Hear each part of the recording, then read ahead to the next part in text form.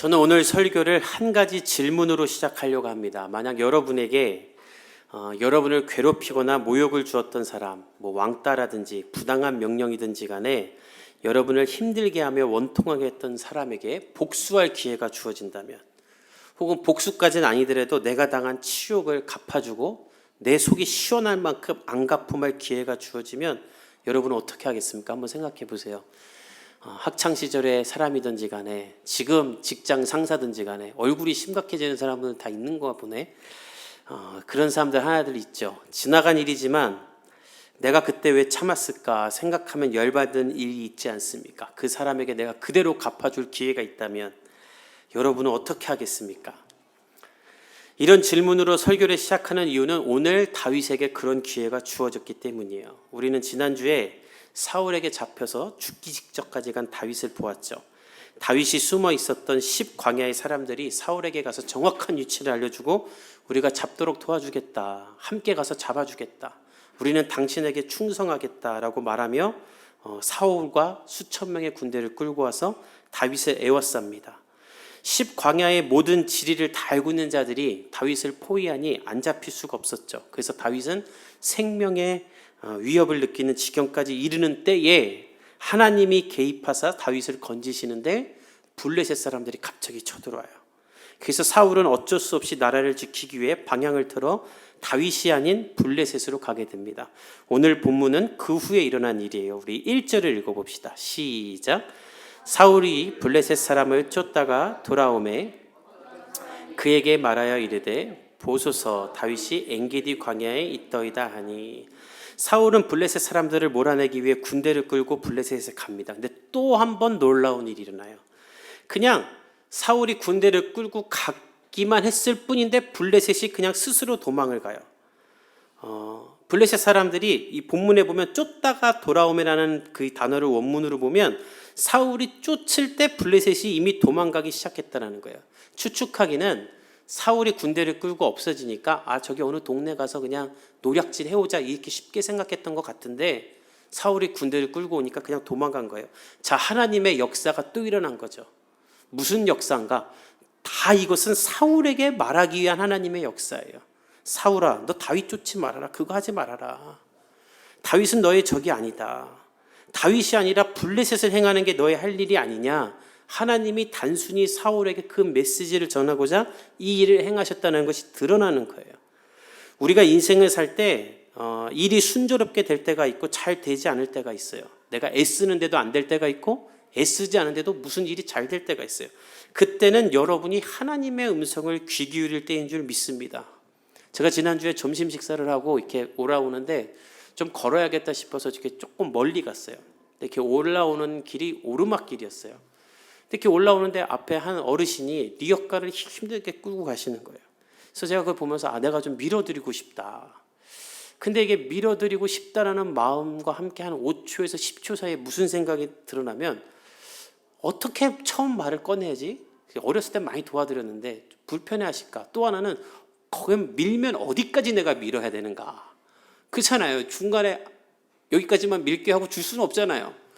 그렇다고 계속 밀어드릴 수도 없고 어떻게 해야 되지? 이걸 한 5초에서 10초 사이 이 생각이 딱 드는 찰나에 아저씨가 갑자기 한숨을 푹 쉬시면서 리어카를 딱 내려놓는 거예요. 그래서 그때 지금이구나. 그래서 딱 가서 아저씨가 밀어드릴게요 했더니 너무 깜짝 놀라시는 거예요. 제가 밀어드릴게요 하고 딱 미는데 저기 뒤에 오르막 끝에 사거리가 나오는데 신호등이 딱 있는 거예요. 그래서 제가 아저씨 저기 오르막 끝에까지 제가 밀어드릴게요. 그 아저씨가 너무 고맙다고 해서 아저씨는 여기 쉬다가 천천히 오시면 제가 저 사거리에 리어카 세워두고 저는 갈게요. 그리고 그렇게 도와드리고 갔어요.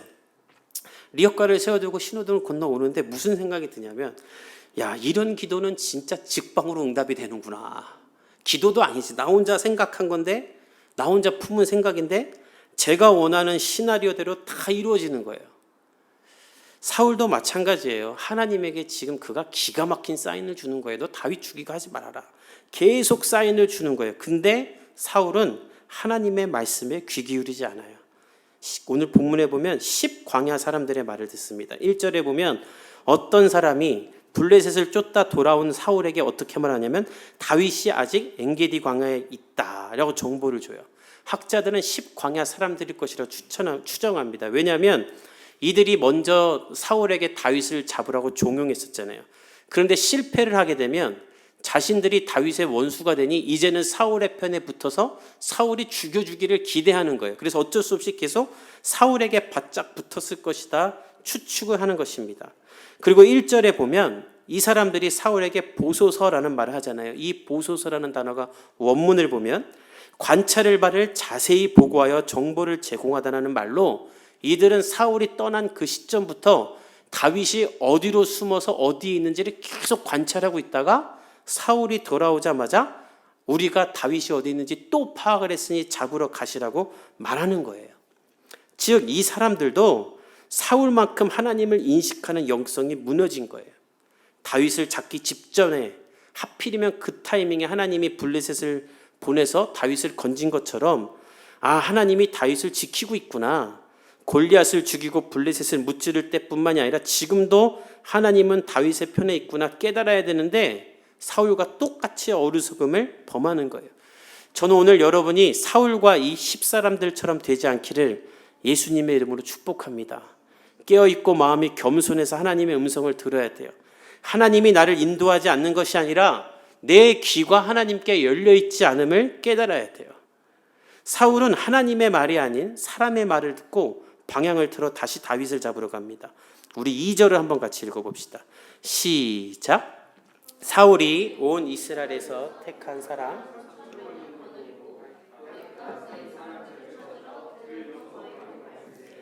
사울은 블레셋을 쫓다 말고 온 이스라엘에서 택한 3,000명 즉 최정예 군사들을 데리고 다윗을 찾으러 갑니다. 이 참으로 안타까운 거예요. 여러분 한번 이 구조를 다시 생각해 보세요. 만약 사울이 다윗과 이런 대립된 구조를 이루지 않고 다윗과 요나단과 하나 되어 나라를 통치했으면 어땠을까? 왕은 사울이고 아들은 요나단이고 사위가 다윗이라면 얼마나 강력한 나라였겠습니까? 아마 하나님이 원하시는 바를 다 이루고 개혁하는 나라가 되었을 거예요. 그러나 분열이 일어나자 지금 어떻게 되는가? 하나님의 나라를 위해 이루어야 될 사명은 온데간데 없고 온갖 쓸데없고 무의미한 일, 서로 쫓고 도망가며 원망을 사고 상처 주는 일만 하는 거예요. 퇴행을 하는 거예요. 여러분 분열의 특징은 무엇인가? 바로 이 퇴행성이라는 거예요. 분열이 일어나면 분열된 상태로 멈춰 있는 것이 아니라 고장나고 부서지고 망가지고 죽이게 돼 있어요. 하나님의 사명은 사라지고 그냥 다 없어지는 거예요. 그래서 사단이 공격할 때 교회와 가정과 국가를 공격할 때 분열을 일으키죠. 왜 우리가 이 시대에 기도해야 되는가? 지금 우리나라가 이렇기 때문이에요. 정치인들이 하나 되어 나라를 이끌어야 되는데 서로 분열하고 있고, 가정이 하나 되어 하나님의 나라를 꿈꿔야 되는데 서로 분열하고 있고, 회사도 마찬가지죠. 회사 가운데 하나 되는 회사들이 별로 없죠. 서로 욕하고 모함하고 분열하고 다 엉뚱한 짓만 하는 거예요. 이런 시대 가운데 하나님이 우리에게 원하시는 모습은 무엇일까? 다윗이 그것을 오늘 우리에게 정확히 보여줍니다. 우리 먼저 3절을 읽어봅시다. 시작. 길가 양의 우리에 이른즉 굴이 있는지라 사울이 뒤를 보러 들어가니라. 2절 하반부에 보면 다윗을 추적하던 사람들이 사울에게 말하기를 다윗이 드뇸소 바위에 있다 이렇게 말하죠. 이 드뇸소 바위는 엥게디 황무지에 있는 드뇸소들이 사는 이 벼랑 끝을 말하는 거예요. 지금도 이 엥게디 지역의 절벽 끝에는 이 들염소, 사냥들이 많이 사는데 샘이 있어 풀이 있고 이렇게 그렇기 때문에 여기 많이 산대요. 그런 지역을 드뇸소 바위라고 하는데 사울은 그 정보를 따라 양의 우리가 있는 곳에 갔다가 뒤를 보러 굴에 들어갔다. 용변을 보러 굴에 들어간 거예요. 그러니까 성경이 진짜 사실을 기록한 책인 건 별의별 이야기가 다 있어요. 사울이 막 왔다 갔다 하다가 이제 용변이 말이어서 굴로 들어간 거예요. 근데 그 들어간 굴이 어딘가 하필이면 다윗과 그의 용사들이 숨어 있는 굴로 들어간 거예요. 이거는 불가능한 일입니다. 이게 왜 불가능한 일인가? 제가 엥게디 지역이 어떤 지역인지를 보여드리는 지금 영상을 하나 보여드릴 텐데, 제가 설명해드렸던 이것을 보면서 한번 우리 영상을 통해 한번 엥게디 지역이 어떤 지역인지 한번 보도록 하겠습니다.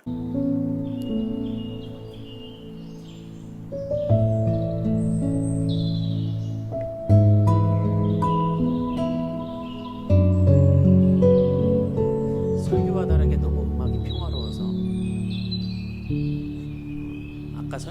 쓰였던처럼 저런 절벽 지역에 산들과 양이 산다는 거예요. 주의 깊게 볼 것 굴들이 있죠. 동그란 검정색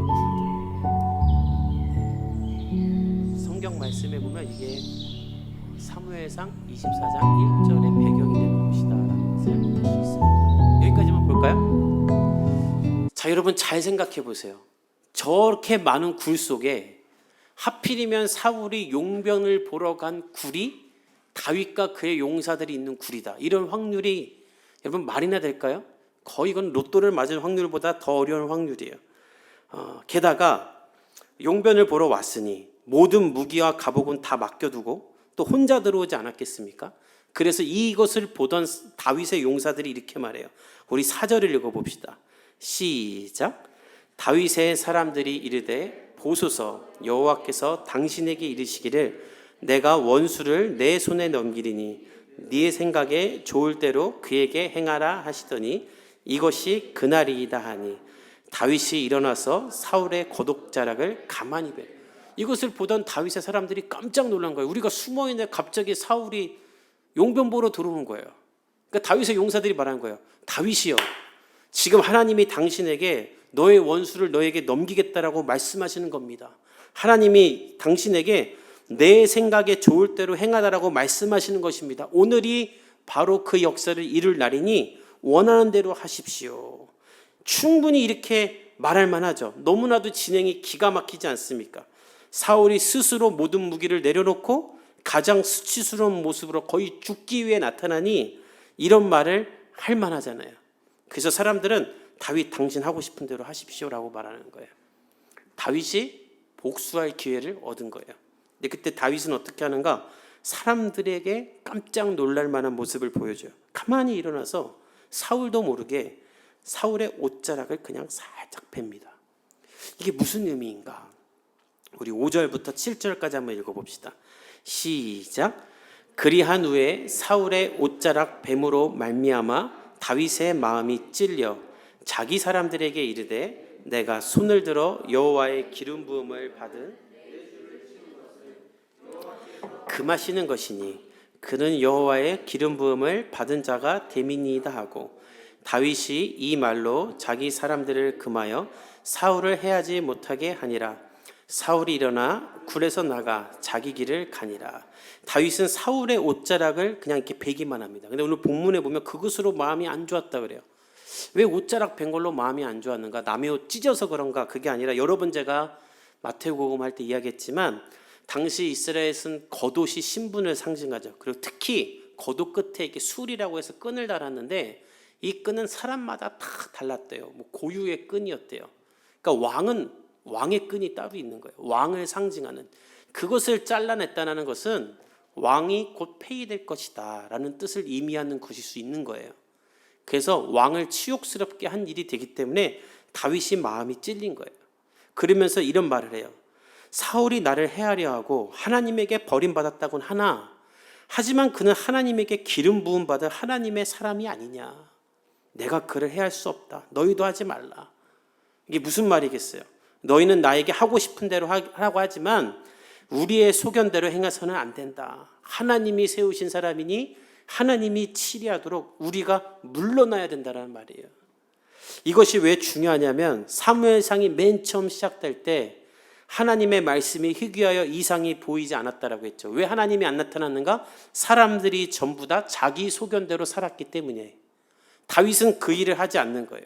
그리고 내가 너무나도 해결하고 싶지만 하나님의 판단대로 하나님이 이 문제를 풀어가시도록 하나님께 모든 것을 맡기는 거예요.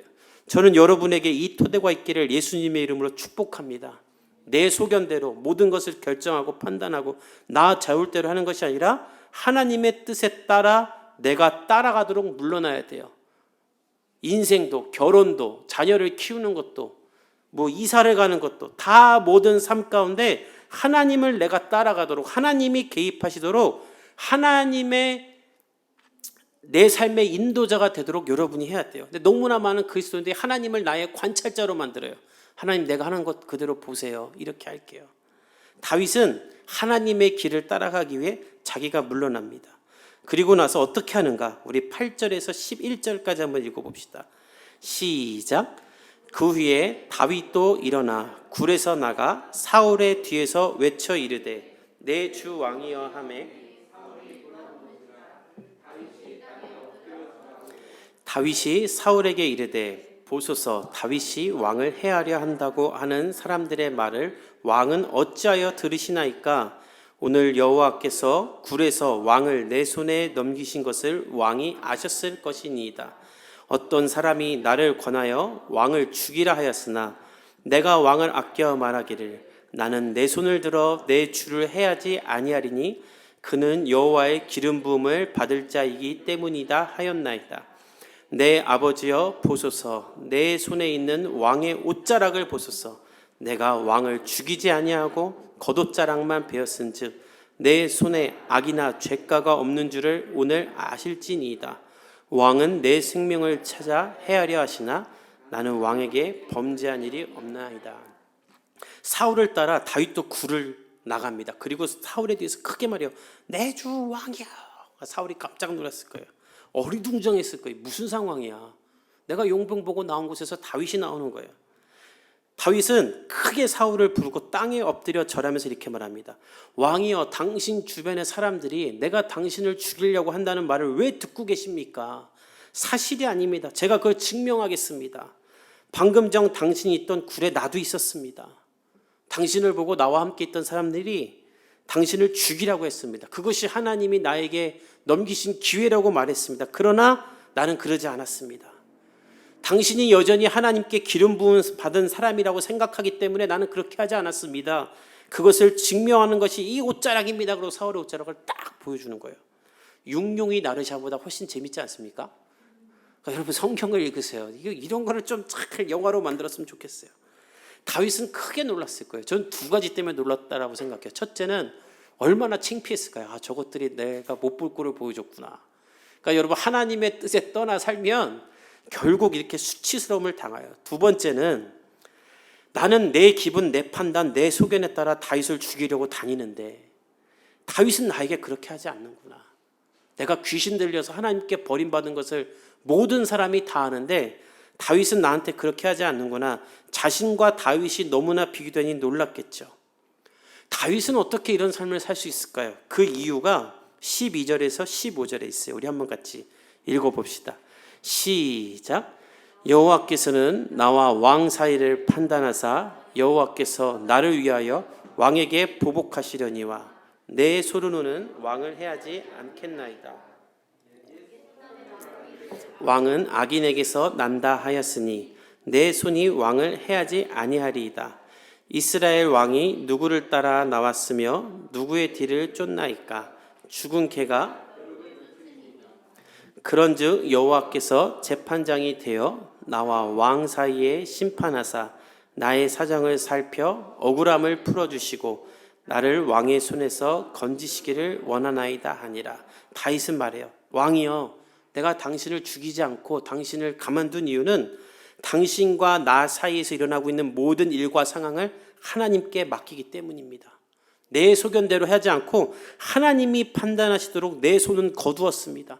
하나님이 재판관이 되사 하나님이 일하시도록 하나님이 가장 공의롭고 정의롭게 나의 억울함을 풀으시도록 나는 하나님께 내 손을 맡긴 것입니다라고 다윗이 이야기하는 거예요.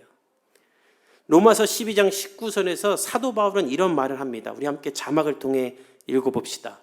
로마서 12장 19절 시작. 내 사랑하는 자들아, 너희가 친히 원수를 갚지 말고 하나님의 진노하심에 맡기라. 기록되었을 때 원수 갚는 것이 내게 있으니 내가 갚으리라고 주께서 말씀하시니라.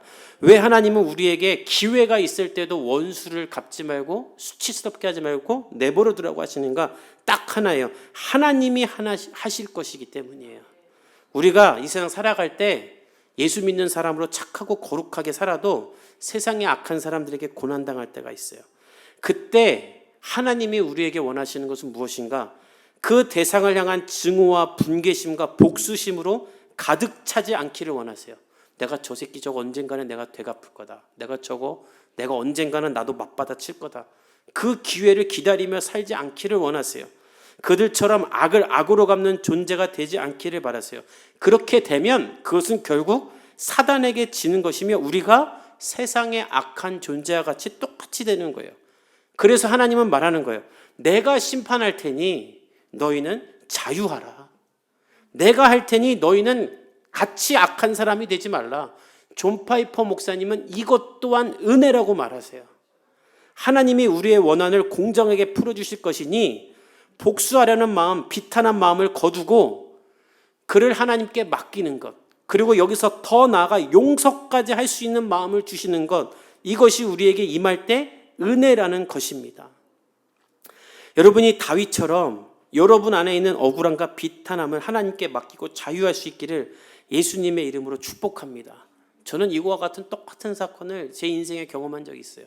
제가 지금 말하지 못하지만 나중에 그냥 내버려 뒀을 때, 하나님께 맡겼을 때 우리가 기도할 정도로 하나님 저 사람 그만 심판하십시오라고 할 정도로. 제가 최근에 읽고 있는 책이 있습니다. 강준민 목사님이 쓰신 리더의 고독이라는 책인데 이 목사님이 이런 말씀하셨어요. 사단은 우리에게 상처를 받게 한다. 그리고 상처에 죄를 뿌려 상처를 더럽게 만들고 덧나게 만든다. 그 결과 우리가 쓴뿌리를 만들어 갖고 살게 한다. 늘 원망과 분평을 갖고 안갚음을 꿈꾸며 그렇게 삶으로 사탄의 도구가 되게 한다. 그러나 나의 상처를 하나님께 맡기고 하나님의 은혜 아래 두면 성령이 오셔서 상처에 기름을 발라주시고 치유하시고 아름답게 만나주시며 상처가 나면 날수록 향기가 나는 향나무처럼 우리에게 아름다운 향기를 바라게 하신다는 거예요. 그러면서 강준민 목사님은 이 책에 이런 글을 쓰셨어요. 본인의 인생에 있었던 가장 비통했던 사건을 짧게 기록하셨어요. 짧게 기록한 이유는 그 사건이 너무나 유명해서 교계에 있는 사람들은 웬만하면 다 알기 때문이에요. 이 강준민 목사님께서 기독교 서적 베스트셀러를 계속 쓰시고 명설교가가 되셨을 때 너무나 존경스러우신 분이고 존경을 받을 때 그 교회가 부흥을 해서 미국에 있는 교회인데 집을 2개 사서 주차장을 만들려고 할 때 이분이 장로님들에게 소송을 당하세요. 로비를 받아서 집을 샀다라는 누명을 쓰고. 그래서 그 재판이 교회 안에 일어나고 분열이 일어난 거예요. 근데 목사님이 너무 그냥 깨끗하니까 맞서 싸우다가 이 소송이 계속 이루어지니까 그냥 다 내 잘못입니다라고 소송을 포기하고 교회 사임하고 모든 성도들에게 다 내 잘못이다. 교회를 분열을 일으켜서 미안하다고 그냥 다 사과하고 나갈 때 다 미안하다고 하고 눈물을 흘리고 나가셨어요.